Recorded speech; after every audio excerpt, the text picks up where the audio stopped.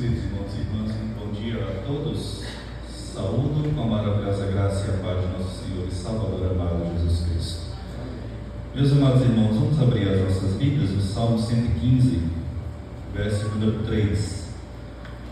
Nós iremos dar início à sequência das perguntas do Catecismo Maior, e as perguntas 12 a 14, elas tratam de um assunto relacionado aos decretos de Deus. Isso vai refletir muito acerca da soberania de Deus, mas também da responsabilidade humana. Então nós vamos dar início a esse assunto, que é um assunto muito caro, um assunto muito importante.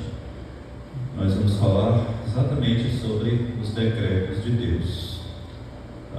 E eu digo que é um assunto caro e importante porque permeia realmente toda a história da humanidade. E na nossa teologia reformada, calvinista, nós somos protestantes, reformados e calvinistas, nós realmente percebemos o quanto o Senhor ele tem realizado a sua vontade soberana em nossas vidas e na humanidade como um todo. Salmo 115, versículo de número 3. Vamos ler juntos? No céu está o nosso Deus e tudo faz como lhe agrada. No céu está o nosso Deus e tudo faz como lhe agrada. Isso é confortador para a nossa vida, sabe, irmãos? Porque Deus, Ele é sábio, Ele é santo. E no cuidado para com seus filhos, Deus Ele preza pelo melhor na vida de cada um de seus filhos. E graças a Deus, graças a Ele mesmo, que Ele não faz como nos agrada, mas como lhe agrada. Porque a nossa vontade é uma vontade falha, egoísta, pecaminosa. Mas a vontade de Deus é uma vontade sábia, justa, santa, soberana. Qualificada pela Escritura, novamente eu digo aqui, é boa, agradável e perfeita. Então isso deve trazer, desde já, um alento ao nosso coração. Eu sei que mais à frente a gente vai tratar no estudo, mas a gente vê aí o mundo da forma que está, do jeito que está, e o mal acontecendo, e muitas vezes até imperando, e as pessoas ficam perguntando: onde está Deus? Aqui a resposta: nos céus está o nosso Deus, e tudo faz como lhe agrada. No final, todas as coisas elas vão cooperar para a glória de Deus. E para que as pessoas um dia, no dia do juízo, reconheçam que Ele é Deus. Ele é Deus. Muito bem, vamos observar a pergunta 12, e aí a gente vai discorrendo também a resposta, a compreensão do assunto, tá bom? E a gente vai ampliando aqui o conhecimento com respeito a este assunto dos decretos de Deus, a vontade soberana de Deus. O que são os decretos de Deus? O que são os decretos de Deus? E a resposta não é tão simples assim. A resposta é a seguinte: os decretos de Deus são os atos sábios, livres e santos do conselho da sua vontade, pelos quais, desde toda a eternidade, Ele, para a sua própria glória, preordenou ou predestinou imutavelmente tudo que acontece no tempo, especialmente que diz respeito a anjos e a homens. A resposta não é tão simples, mas a gente vai procurar entender um pouquinho aqui, tá? Por exemplo, lá em Efésios, no capítulo 1, verso 1, por favor, abra sua Bíblia nesse texto. Efésios 1, verso 1. Aí você vai ver que Deus que faz todas as coisas segundo o conselho da sua própria vontade, né? Ele predestina os homens segundo o seu propósito. Por favor, presidente Arismar, leia aí para nós. Paulo, apóstolo de Cristo Jesus, por vontade de Deus, aos santos que vivem em Éfeso e fiéis em Cristo Jesus. Peraí, acho que eu peguei o texto errado, não é esse não. Mais à frente.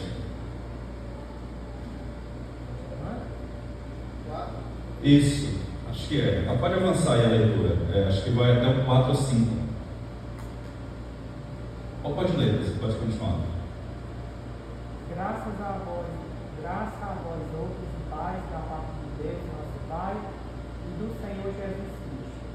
Bendito Deus e Pai de nosso Senhor Jesus Cristo, que nos tem abençoado com toda sorte de bênção espiritual nas regiões celestiais em Cristo, assim como nos escolheu Deus antes da fundação do mundo, para sermos santos e irrepreensíveis perante Ele, e em amor nos predestinou para Ele, para a adoção de filhos, por meio de Jesus Cristo, segundo o beneplácito da sua vontade. Perfeito, é isso. Então veja, irmãos, que tudo já estava predeterminado por Deus, pré-ordenado por Deus, predestinado por Deus. Ele nos escolheu antes da fundação do mundo, irmãos. Antes de Ele criar todas as coisas, Ele já havia realmente nos escolhido para sermos dele. E o versículo 11, eu acho que resume ainda melhor, porque diz: nele digo, no qual fomos também feitos herança, predestinados segundo o propósito daquele que faz todas as coisas conforme o conselho da sua vontade. Perfeito. Mais amplo ainda, com certeza. Então, irmãos, a Escritura ela vai realmente mostrando, né, e testificando, revelando para nós exatamente essa doutrina, a verdade, a testificação dessa doutrina da vontade soberana de Deus, que Deus realmente decreta e decretou de fato todas as coisas. Vamos ampliar o conhecimento aqui, a compreensão do assunto, e aí a gente vai expandindo um pouco mais. Primeira coisa, irmãos, Deus, Ele não é e jamais será tomado de surpresa. Jamais, irmãos. Nós somos. Por exemplo, tem coisas que a gente não tem como prever. Vamos lá. Eu posso chegar para vocês e dizer assim, irmãos, olha, no dia 27 de outubro eu não vou poder vir à igreja não, porque eu vou estar doente. Eu não tenho como prever, irmãos. Não temos. Não temos. Mas tem coisas que nos pegam de surpresa. A gente faz planos, né? Vamos estar aqui hoje à noite. Quem pode garantir?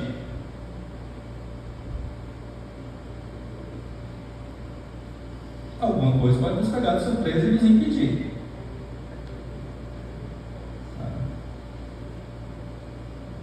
Vamos lá, para ser bem claro aqui, bem direto. Quem iria prever que viria uma pandemia no ano 2020 e se estenderia, abalando o mundo?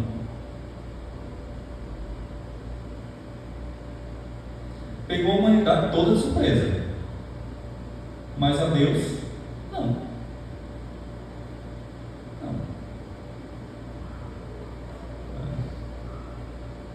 Então, irmãos, Deus ele sabe de tudo o que acontecerá com cada vida e em cada canto do mundo. E por que Deus sabe?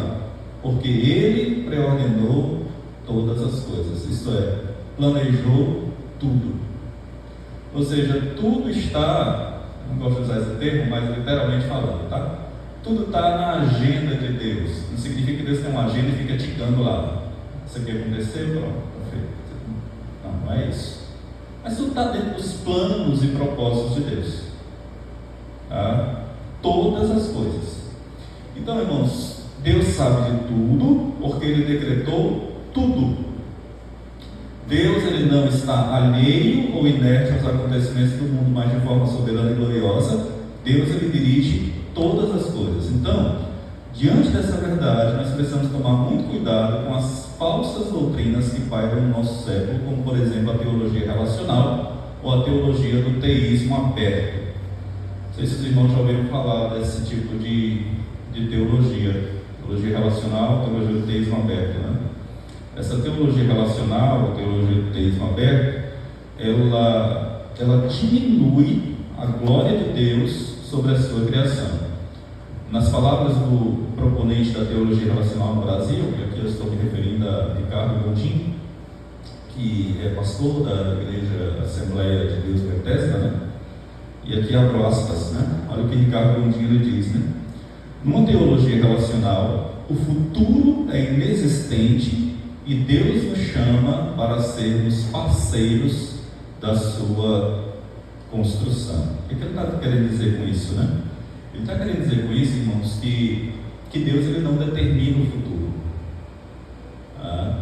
Deus ele não determina o futuro, mas Deus ele nos convida para que nós possamos nos relacionar com Ele e juntos com Deus nós construirmos o futuro. Mas Deus ele não é soberano sobre o futuro. A ideia dele é exatamente essa. Ou seja, em última análise, depende de mim, depende de você. Quer aconteça uma coisa, quer aconteça outra coisa, não depende de Deus, depende de nós. Essa é a ideia dessa teologia chamada de teologia relacional. Porque nós nos relacionamos com Deus. E o teísmo aberto ele vai na mesma linha. Porque esse tipo de teologia também é uma teologia que não crê exatamente na soberania de Deus, na pré-ordenação de Deus para todas as coisas. Eles não admitem que realmente Deus, no texto de Efésios que nós acabamos de ver, né? Deus ele não decretou, não pré-ordenou todas as coisas. Então, essa teologia relacional ela tenta explicar de um outro modo, tentando livrar de Deus os acontecimentos do mundo, né? Então, por exemplo, irmãos, a teologia relacional ela não acredita que Deus está por trás de todas as tragédias que aconteceram e que têm acontecido no mundo. Um tsunami, um terremoto, um atentado. É como se Deus ele tivesse à parte ou alheio a tudo isso, tá? E é como se Deus ele não pudesse fazer nada. Ele simplesmente é como se isso pegasse surpresa a Deus também. E Deus não pudesse fazer nada, é um mero espectador. Deus não interfere, Deus ele não dirige, Deus apenas contempla e assiste as coisas acontecerem. É um mero espectador, né? É como alguém que está, porque aqui não temos ponto de ônibus, né? Mas é como alguém que está sentado num ponto de ônibus vendo as coisas passarem, vendo o trânsito circular. Então, esse tipo de teologia é exatamente isso. Dessa forma que a teologia relacional vê Deus. E, irmãos, para nossa tristeza, está crescendo, né? Está crescendo muito. Muito mesmo.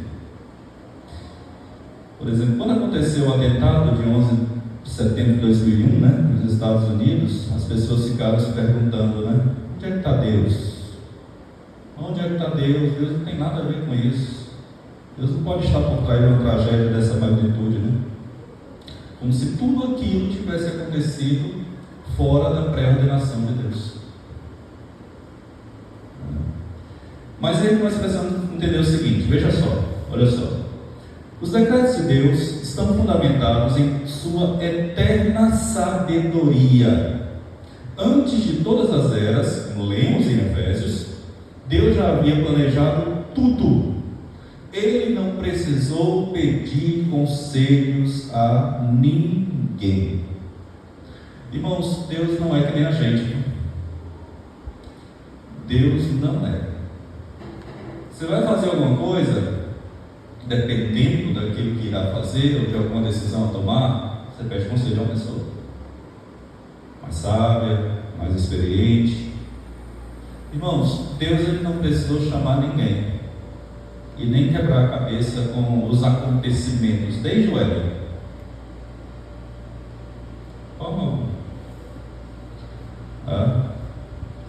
Deus, ele seguia por sua livre e santa vontade. Então, irmãos, a vontade de Deus, ela é livre.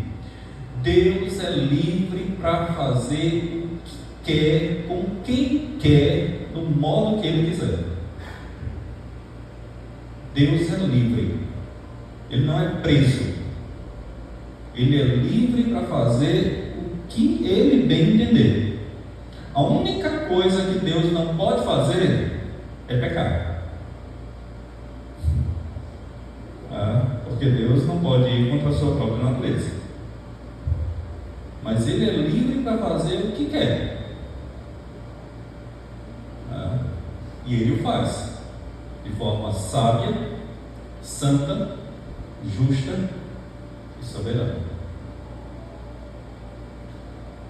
Por isso é que a vontade de Deus, irmãos, ela é livre, mas diferente da nossa, ela é santa. Santa, irmãos. Então Deus não pode fazer nada contra a sua própria natureza. Então nem mesmo o pecado de Adão no paraíso tomou Deus de surpresa. Ele não só sabia o que haveria de acontecer, como também ele planejou. Então, irmãos, não existe nada fora da vontade soberana de Deus. Nada fora daquilo que Ele permita, com seus firmes, santos e sábios propósitos. Ele sabe o que está fazendo. Irmãos, a própria Escritura afirma, nenhuma folha cai, aquela árvorezinha que eu estou vendo aqui, nenhuma folha cai daquela árvore sem o consentimento do Senhor. Nenhum fio de cabelo da nossa cabeça cai sem que Deus permita. Eu estou careca de saber disso.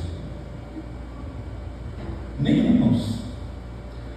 Nada mesmo acontece sem o consentimento do Senhor, sem a permissão do Senhor. Interessante que a suma do livro de Provérbios é exatamente esta, uma das. Que Deus, Ele realmente, irmãos, é soberano sobre todas as coisas. Que nada acontece sem a vontade estabelecida pelo próprio Deus. Então vamos lá. Em relação à soberania de Deus e à responsabilidade humana, então aqui nós temos os dois lados da mesma moeda, viu, irmãos? De um lado nós temos a soberania de Deus, Deus guia, Deus governa, Deus dirige todas as coisas.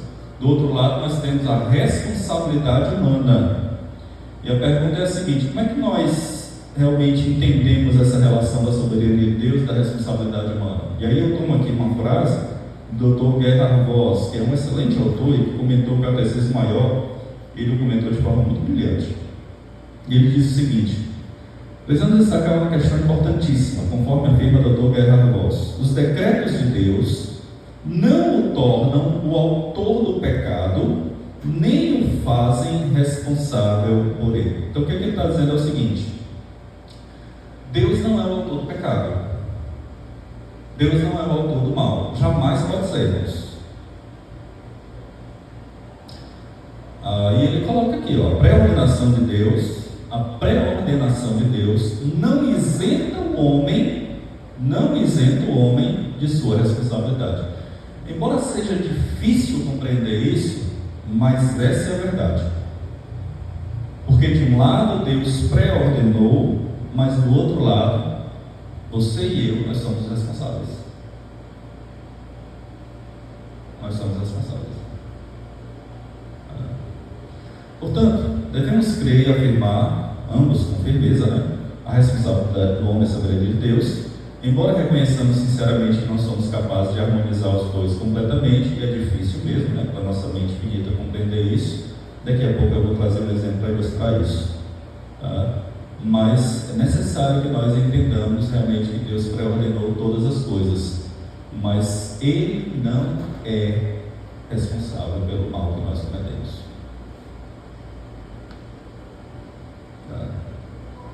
Deliberadamente nós fazemos aquilo que fazemos. Presbítero, quer perguntar? Algumas pessoas elas usam uma comparação que eu considero errada, porque acaba parecendo com a teologia relacional, de que a soberania de Deus e a responsabilidade humana seriam como dois trilhos. Isso, o Reverendo Augusto fala isso.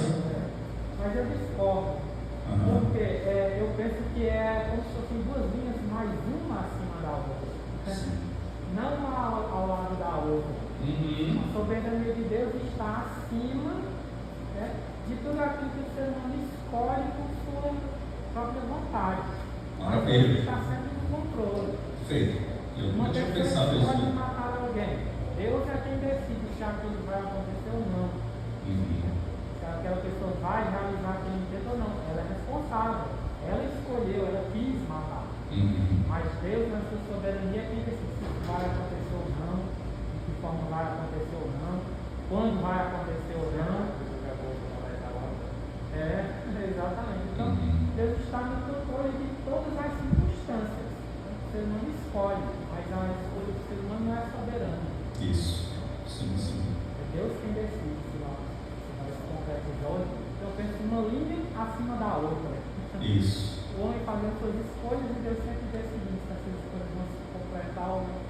Se estiver dentro do plano dele, sim. Se não, não acontece. Provérbios 16, verso 1. Coração do homem pode fazer, mas quem é que dá a resposta? Entrei no campo da liberdade, na questão da liberdade, quando se o extremo da liberdade, o pessoal acredita na questão do livre-arbítrio, o homem. Isso mesmo, verdade.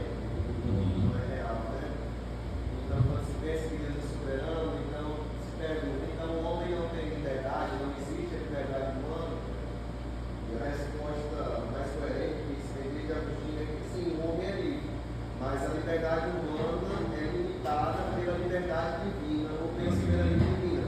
Porque Deus é mais livre, então o homem é livre para agir, mas na medida que essa liberdade ela se depara e é confrontada pela soberania de Deus, ela é limitada. Isso. Então a gente entra nesse ponto. Realmente, o homem é livre e responsável por seus pecados, mas ao mesmo tempo é limitado. Mesmo o pecado do homem é limitado, porque, por exemplo, alguém pode ter a vontade, a liberdade de querer matar alguém ou cometer uma atrocidade contra alguém. Mas a liberdade de Deus de evitar que aquele mal aconteça, que aquela pessoa seja prejudicada, limita até o pecado humano, porque senão a gente vive um mundo de caos e Deus, com sua graça comum, consegue limitar até mesmo a maldade do coração pecador. Isso, eu sempre penso aquilo que o professor eu dizia, Deus realmente está observando tudo, o modo como o mundo também está discorrendo, mas Ele sempre está com o pé no freio ali, sempre pisando. Sempre pisando, porque senão estaria mesmo como já colocou. Estaria um caos muito maior do que o que está. Muito maior mesmo. Sim.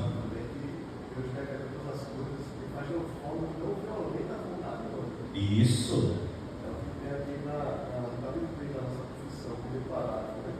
Deus ordena todas as coisas de forma livre, alternadamente, tudo que acontece. Porém, de modo que nem Deus ordena o pecado, nem violentada é a vontade da criatura. Então, às vezes, a gente tem dificuldade de entender isso de forma completa, porque estamos falando também de um ser tão grande, infinito, somos finitos, Sem dúvida. E aí realmente a gente fica às vezes tentando conciliar muitas coisas, né? A nossa Uhum. vontade, né?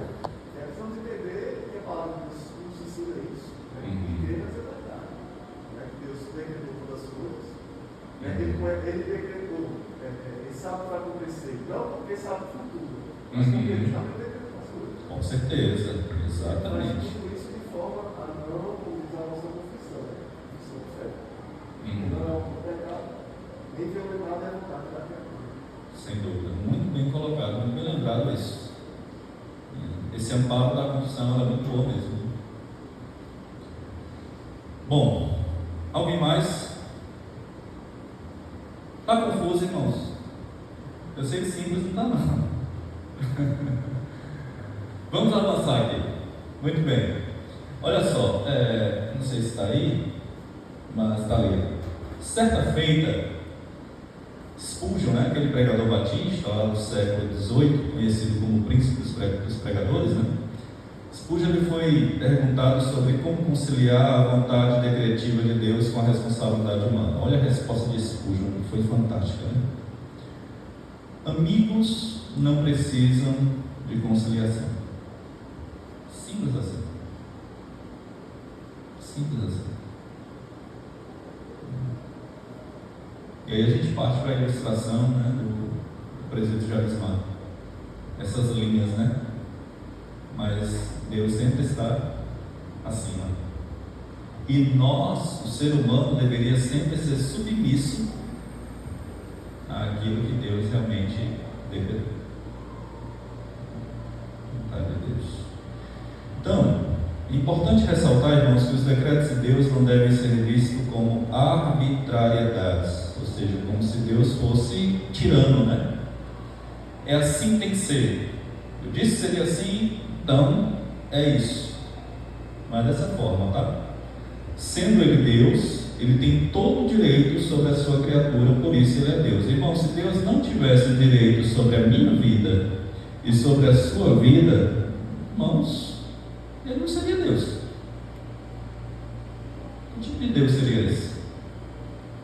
Não seria Deus, né? Agora uma coisa é certa, né? E aí já mencionamos até o texto de Provérbios 16.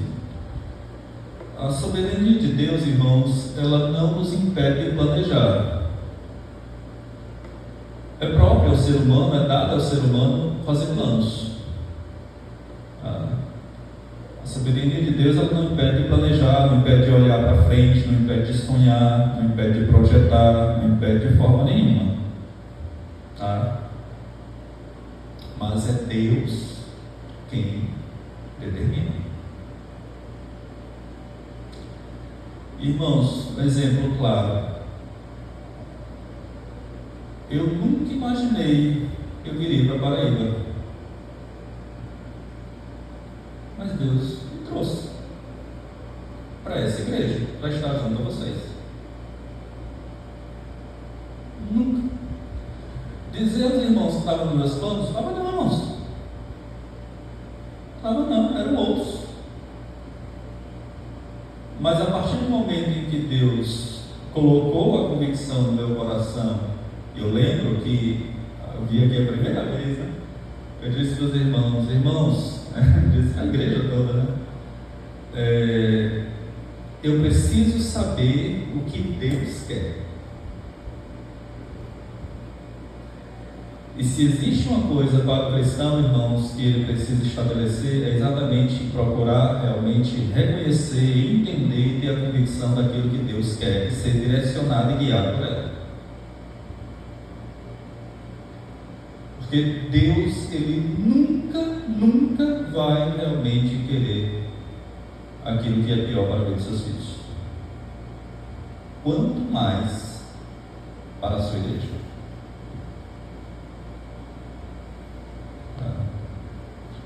Então, fazemos nossos planos, mas a melhor resposta não vem de nós, vem do Senhor. Mas nós somos dados a fazer planos. Geralmente no final do ano as pessoas fazem muitos planos, né? Planos acadêmicos, estudantis, profissionais, plano de lê a Bíblia todo ano todo, plano disso, daquilo, né? Como é nada fazer plano. Mas esses planos, eles só serão realizados realmente, irmãos, se Deus estiver e sempre está à frente, né? E como na resposta do livro de Provérbios, né? A resposta certa vem dos lábios do Senhor. Dos lábios do Senhor. Quantos e quantos planos nós fizemos ao longo da vida, né? Quantos foram executados? E outros não. Então, entendamos isso, tá, irmãos? Estas verdades postas aqui, tá? Nós somos pegos de surpresa, muitas vezes. Deus não, Ele sabe de tudo. Os decretos dele estão fundamentados em sua eterna sabedoria, antes de todas as coisas, como lemos o texto de Efésios, né? Deus já havia determinado tudo. E em relação à soberania de Deus e à responsabilidade humana, nós precisamos destacar exatamente aquilo que Guerra Voz ele expressa, né? E os decretos de Deus não tornam ao todo pecado, nem o fazem responsável por ele. Isso não isenta o homem de sua responsabilidade, tá? E é importante ressaltar ainda que os decretos de Deus não devem ser vistos como arbitrariedades, né? Como um Deus tirano, tá? Pois Deus, sendo Ele Deus, Ele tem todo o direito sobre a sua criatura. Por isso que Ele é Deus. Por isso que Ele é Deus. Muito bem, irmãos, até aqui está claro. A gente partir para a fundamentação bíblica. E a gente vai ver alguns textos aqui que vão colocar para nós estas questões pontuadas aqui, tá bom? É o verso 11 mesmo, presbítero. Efésios 1, verso 11. Os decretos de Deus são segundo o conselho da sua vontade. Vamos ler aí esse texto novamente, que o presbítero Jorge Matos destacou. Efésios capítulo 1, verso 11.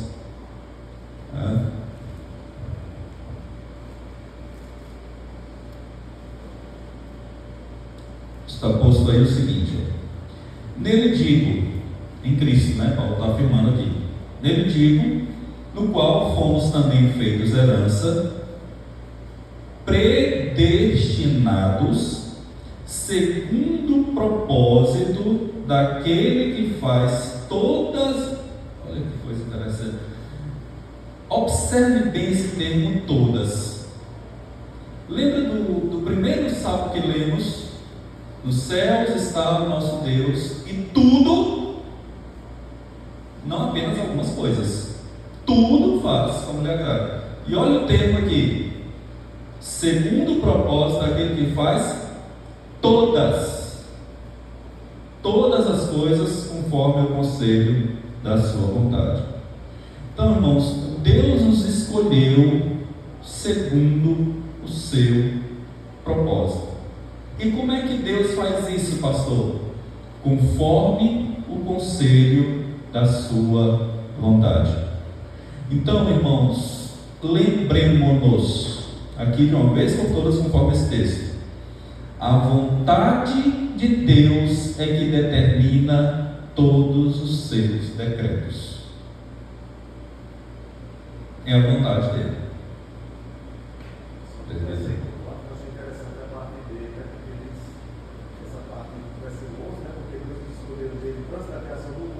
E aí o destino disso tudo é para sermos santos e reconhecidos por sua presença. Perfeito. Propósito, né? O propósito. Exatamente. Isso mostra que esse decreto é eterno. Com certeza, presidente. Eu estava realmente desde toda a eternidade. Antes de se criar o mundo, antes do mundo vir ser criado. Via ser criado. Não consegue entender porque não somos eternos. Exato. Mas é eternidade. Com certeza, com toda certeza. A gente só realmente consegue vislumbrar a partir do momento da nossa existência, né? Mas é desde a eternidade. Nosso nome já estava ali, ó, no livro da vida. Com toda certeza. Então, irmãos, Deus ele decreta, ele determina alguma coisa por causa da sua vontade, que é soberana. Então, o ponto é: Deus ele decreta, Deus ele determina tudo conforme o conselho da sua vontade, com o propósito do qual realmente o presbítero fez menção, né, no versículo 4 de Efésios. Tá? Então, irmãos, aquilo que Deus quer é aquilo que Ele faz, porque Ele é Deus. Porque Ele é Deus. Ele não poderia ser diferente em hipótese alguma, senão Ele não seria Deus. E nós somos meras criaturas.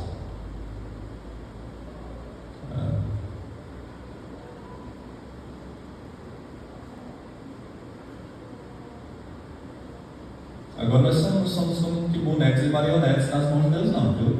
Entendam isso dessa forma, não. Deus fica colocando para onde quer, não é assim, não.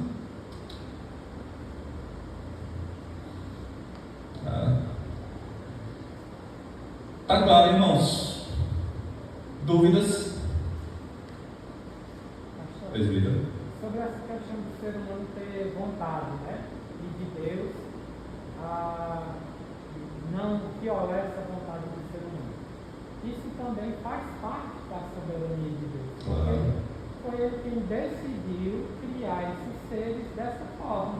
Isso. Ele quem decidiu que nós teríamos capacidade de fazer escolhas. Com certeza. Só que Ele não decidiu que essas escolhas é que determinariam tudo o que iria acontecer. Quem determina é Ele. Decidiu que a gente poderia escolher, mas a decisão de se as nossas escolhas vão acontecer ou não, essa pertence a Ele. Né? Claro, com toda certeza. Isso também está dentro da soberania dele. Tudo vai dentro do ponto da soberania dele, sem sombra de dúvida. Muito bem, vamos para o segundo aspecto aqui, irmãos. Vamos lá. Os decretos de Deus contemplam todas as coisas. Vamos para Isaías 45, versos 6 e 7. E depois Provérbios. Se não for o 16:33, é o 17.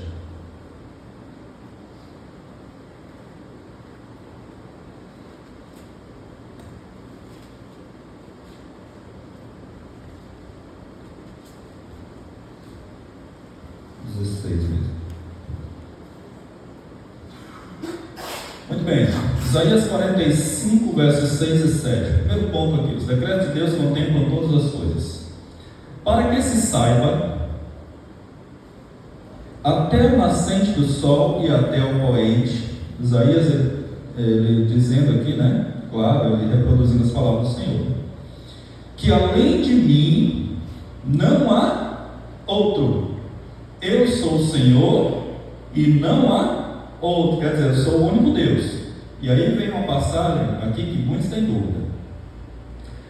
Eu formo a luz e crio as trevas, faço a paz e crio o mal. Esse mal aqui não é no sentido moral, mas é no sentido causal, catastrófico.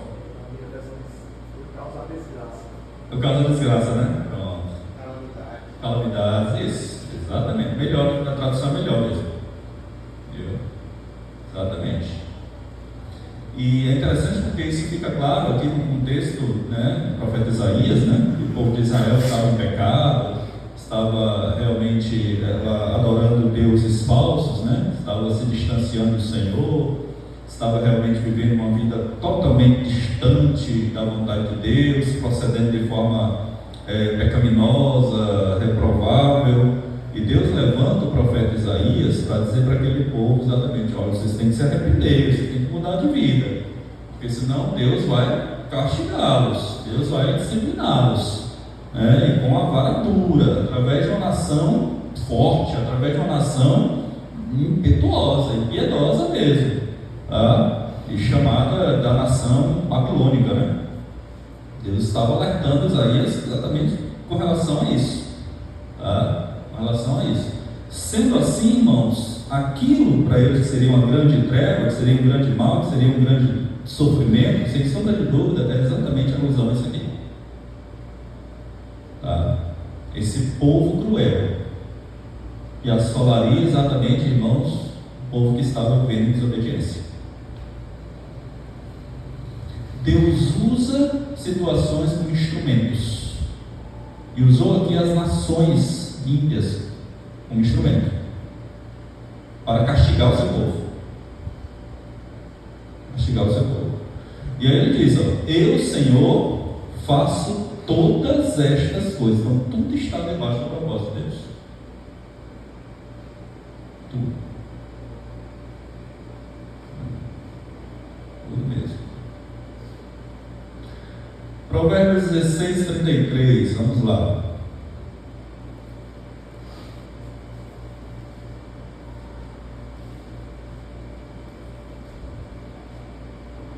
Provérbios 16, 33.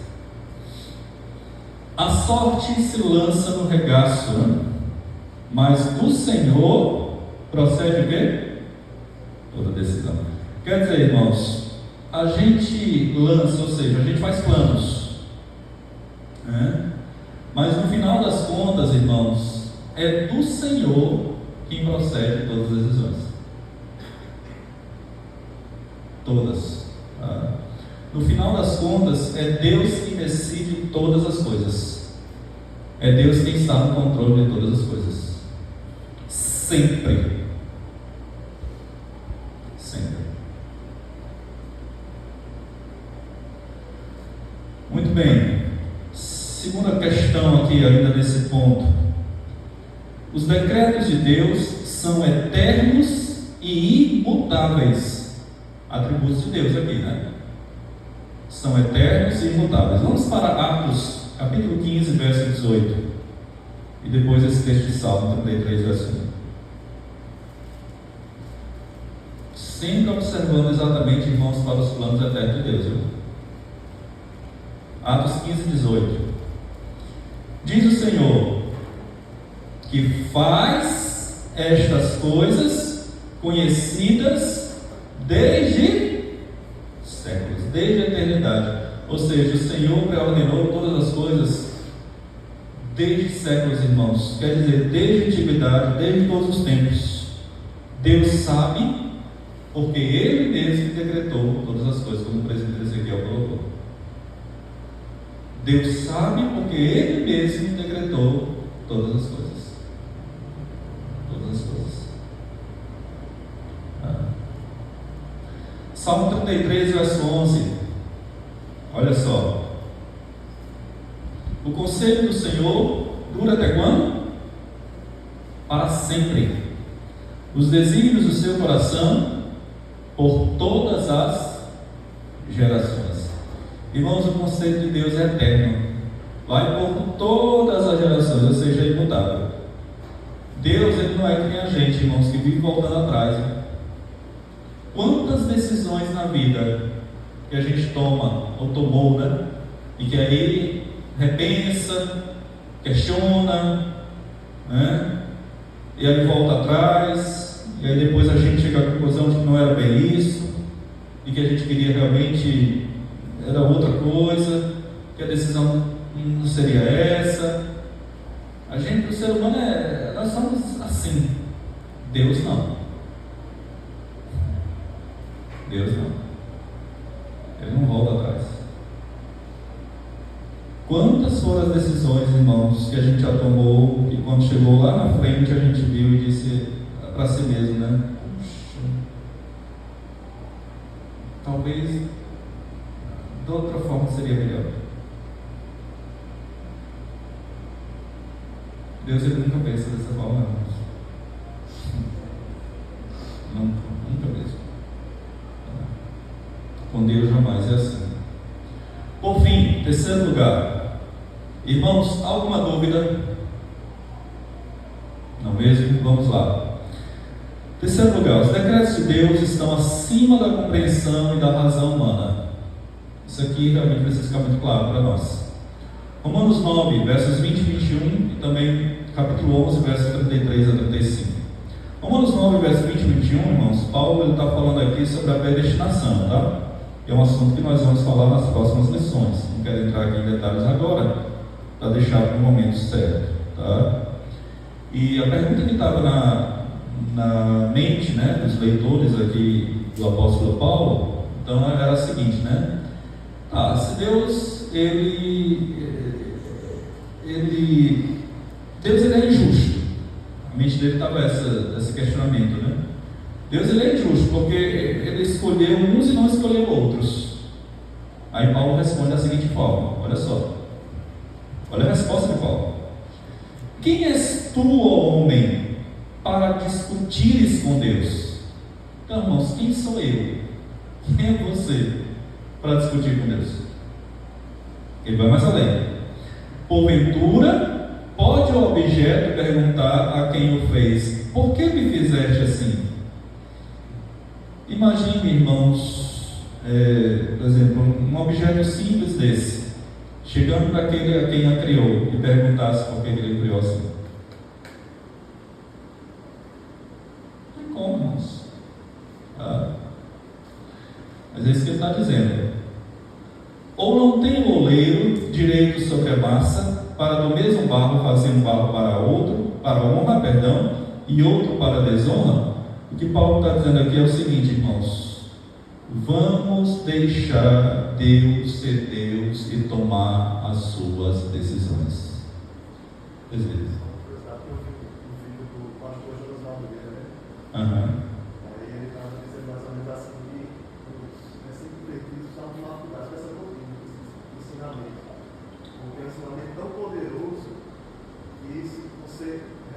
Agora essa doutrina, mas não tem capacidade de ensinar, porque muitas vezes você vai ali na arrogância do outro, às vezes aí dizendo que você é salvo e o outro vai para o inferno, né? No céu você não vai, pessoal. E aí vocês podem cuidar desse ensinamento, né? Ele tem que ser utilizado com amor, humildade, né? Percebendo que Deus é soberano e não você na sua arrogância. Com certeza. Mal entendido dessa doutrina. Então é uma doutrina muito preciosa e muito poderosa, né? Precisamos realmente tomar cuidado. Isso, e sempre trazendo o elemento da graça.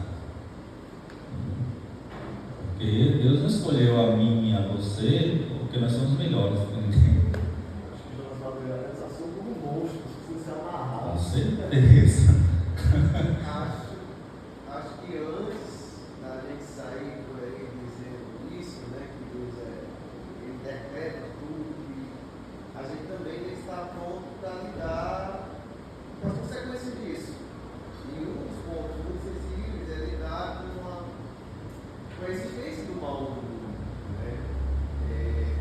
Por isso, para a gente parece fácil dizer que Deus decreta todas as coisas, mas eu também tenho que estar preparado para responder as consequências disso. Então, por que isso acontece? Por que isso não acontece? Uma pessoa acabou de perder o seu cônjuge, já acabou de perder o seu filho antes de ser nascido, acabou de ter uma grande tragédia, especialmente no momento de mais tristeza, de mais emoção. A gente vai ter um amor muito grande para lidar como Deus resolve ao mesmo tempo ser muito bom, não ser mal e ainda assim permitir a existência do mal no mundo, né? Se existe em nós tanta humildade para não falar essas coisas com arrogância, como também preparação e estudo para poder falar com sabedoria, porque às vezes pode até afastar as pessoas de Deus. Isso, tem que ter essa habilidade mesmo, com certeza. Agora sim, a gente também tem que partir do pressuposto de que as coisas acontecem porque nós estamos inseridos num mundo corrompido pelo pecado. Assim, daqui para frente, não tem como a gente ter uma perspectiva de que as coisas vão melhorar, ao contrário. E a morte é resultado exatamente do pecado. E todo o mal que nós temos visto a começar em nós mesmos. É fruto, resultado e consequência do pecado. É por isso que o cristão ele não vive uma perspectiva para aqui e agora, mas vislumbrando o que está por vir, daquilo que ele vai gozar nos novos céus e na nova terra. Lembro-me de uma pessoa uma viúva, né, perdeu o marido e os filhos. Nós fomos consolar, né, e ela disse, né: eu vejo um novo dia.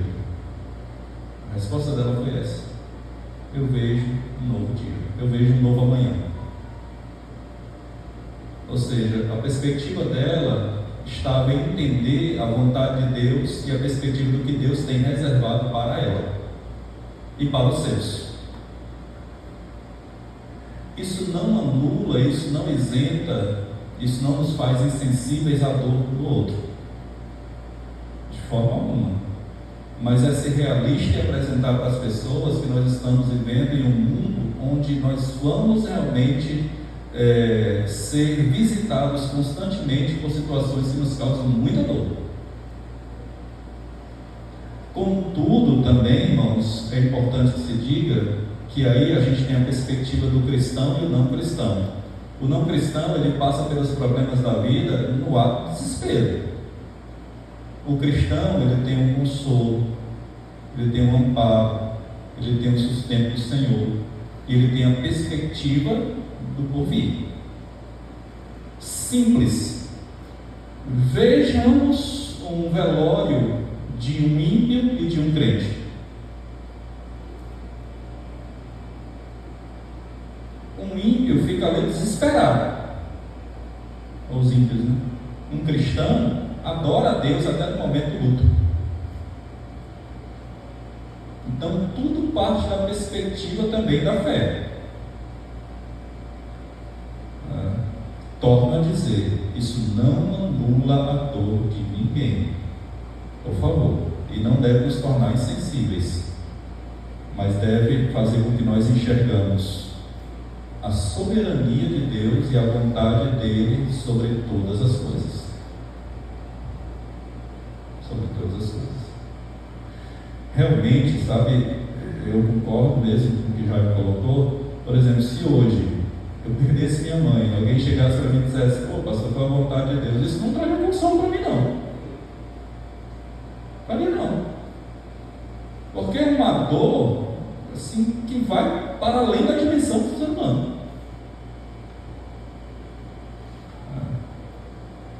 Então, realmente, a gente tem que ter, dentro da direção e sabedoria divina, a conduta e as palavras certas no momento como esse. E existem situações, irmãos, que palavras, por mais que você possa trazer as melhores, mas elas não vão amenizar a dor de alguém que realmente está sentindo naquele momento. Mas a perspectiva bíblica, ela tem que estar na mente, no coração da pessoa. Precisa estar.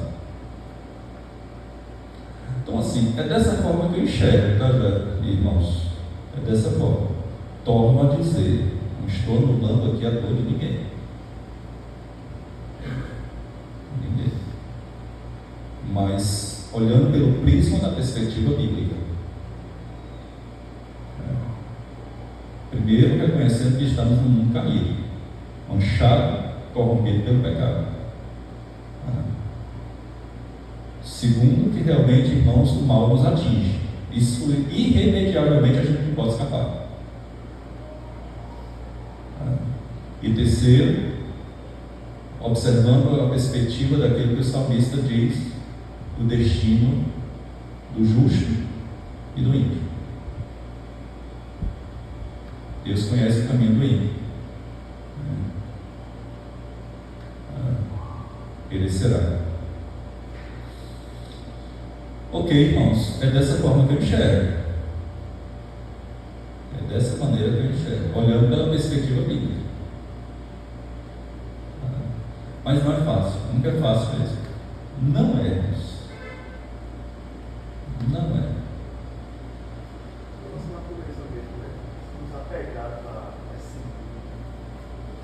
Às vezes é difícil falar disso, é maravilhoso. Isso. Queremos perder aquilo, né? Desejo, né? Vaidade, ser egoísta, Isso. controle, sensação de Olha, uma coisa simples, né? Aqui eu trago um aspecto pessoal. Sexta-feira eu estava na congregacional, no aniversário deles, e ouvindo a palavra, excelente palavra do pastor lá, e a palavra dele trouxe consolo no meu coração. Minha esposa está viajando, né? Já não baixa a saudade da família, mas a saudade da esposa. E ele disse algo que naquele momento trouxe um alívio ao meu coração. Ele disse assim: se a nossa satisfação e a nossa alegria estiver resumida em coisas e nas pessoas, nós somos miseráveis. A nossa satisfação, nosso contentamento e a nossa alegria deve residir em saber que nós temos Deus conosco. E é isso mesmo. Irmãos, Deus é o motivo da nossa alegria. Porque, e aí ele disse, né, eu concordo, se a gente perde um ente querido e se a nossa vida estava resumida ali, pronto, acabou-se. Acabou. Mas a razão da nossa vida deve ser Deus e não as coisas das pessoas. Eu fui dormir sem a queima do meu lado, mas sabendo que Deus estava comigo. Como isso traz alegria e contentamento em Deus. Nosso contentamento deve estar em Deus. Em Deus. José. Sim, José.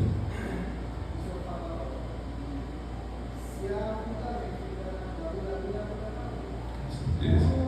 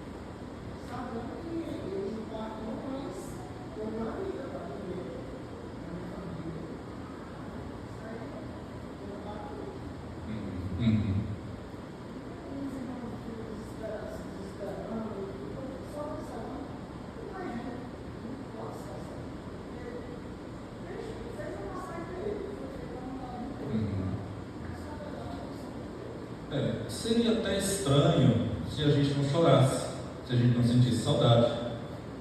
Seria estranho. É do ser humano, como o exemplo colocou, é do ser humano. Nós somos apegados mesmo.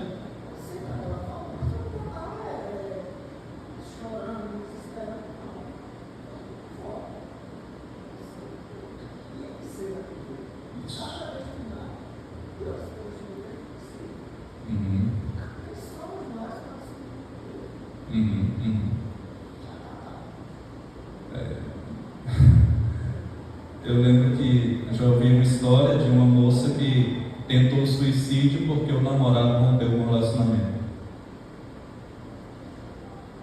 Isso acontece muito, muito mesmo.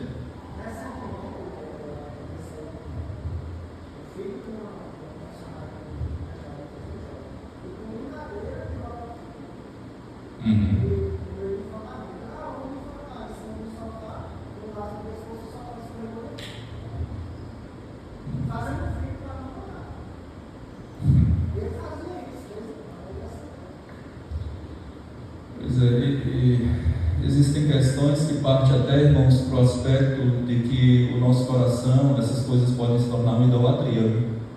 A gente destronar Deus e colocar essas coisas assim de Deus. Coisa e pessoas. Não pode ser assim. Ok. Muito bem. Vamos avançar aqui. Romanos 11, 33 a 36. Paulo ele caminha aqui para o encerramento da exposição doutrinária, né? E Paulo ele faz aqui uma afirmação muito tremenda. Eu gosto muito desse versículo, até um cântico com esse versículo. Diz assim, Romanos 11, 33 a 36. Ó profundidade da riqueza, tanto da sabedoria como do conhecimento de Deus. Então, irmãos, a sabedoria de Deus, ela é profunda, ela é rica.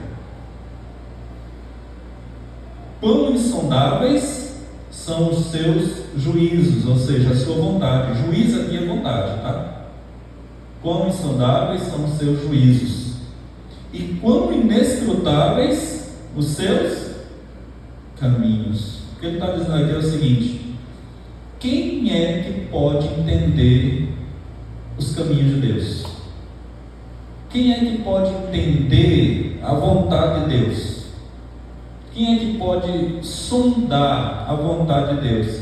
Quem é que pode perscrutar a vontade de Deus? Quem? Aí olha a pergunta, né? Quem, pois, conheceu a mente do Senhor? Ou quem foi o seu conselheiro? Ou quem primeiro deu a ele para que ele venha a ser restituído? Ou seja, quem disse para Deus: Senhor, Senhor, deixa eu emprestar um pouquinho aqui da minha sabedoria para o Senhor. Porque, peraí, Senhor, você está dizendo que é desse jeito, mas não, Senhor, é melhor desse jeito aqui, ó. Quem é que pode fazer isso?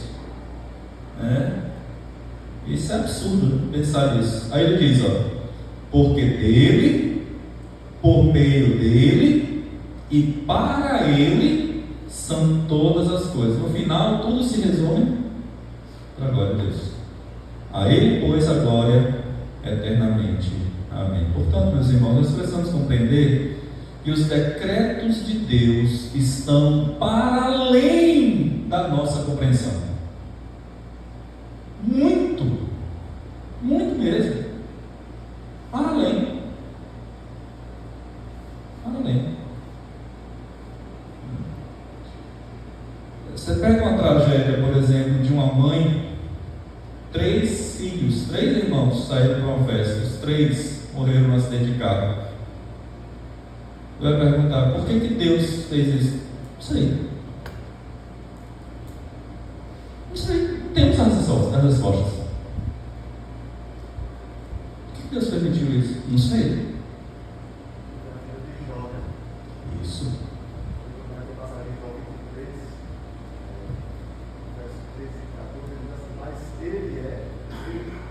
Ele é ele, quem poderá fazer oposição? Ele faz o que quer. Inclusive, essa é o seu decreto contra mim.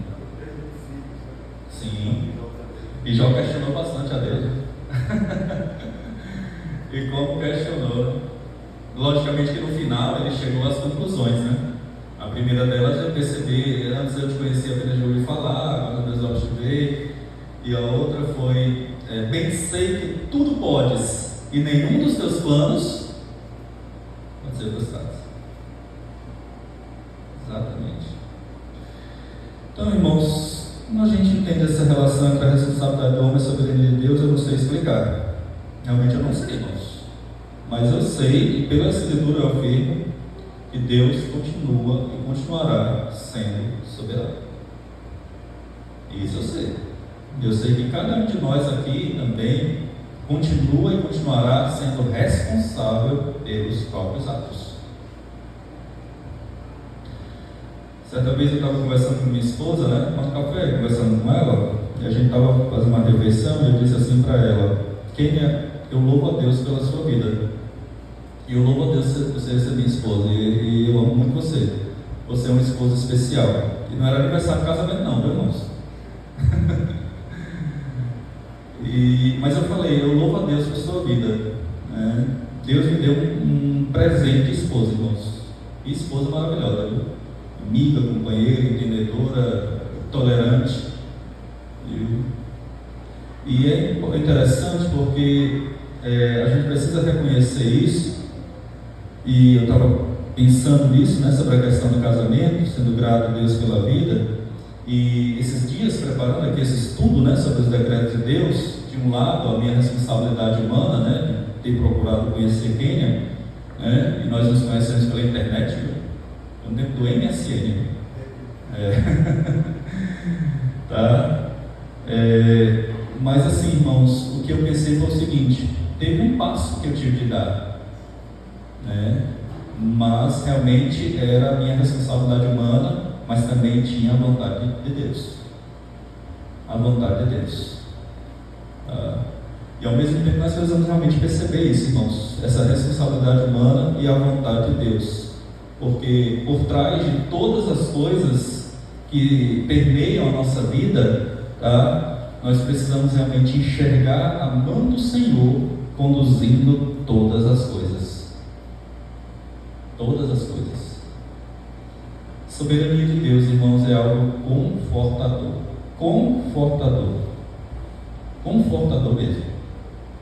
Porque traz a nós a certeza de que, por mais que as coisas fujam das nossas mãos, do nosso domínio, do nosso controle, mas nada, irmãos, absolutamente nada foge ao governo do Senhor. Nada mesmo. O médico foi lá, deu um diagnóstico, né? Causa preocupação, dependendo dele, né? Logicamente, causa inevitável. Inevitável. Mas quando a gente pensa e reflete sobre a vontade soberana de Deus, né? Quando a gente reflete exatamente, irmão, sobre esse aspecto, isso traz um conforto e um consolo ao nosso coração por saber que as nossas vidas, ou a nossa vida, ela não está unicamente e simplesmente nas mãos dos homens, mas está nas mãos do Senhor. E Ele faz o melhor na vida de cada um de nós. A gente faz muita besteira na vida, né? E como faz?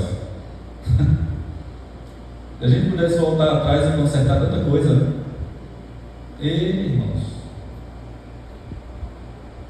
mas até através destas, tudo estava dentro dos planos de Deus para nos levar ao amadurecimento e crescimento. É isso que aprendemos em Tiago. O propósito das provações.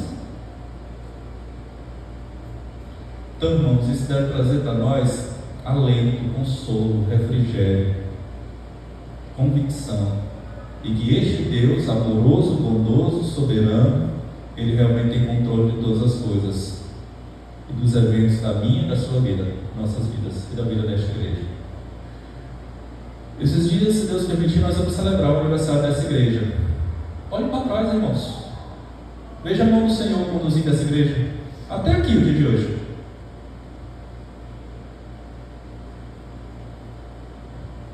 E como a gente pode expressar isso?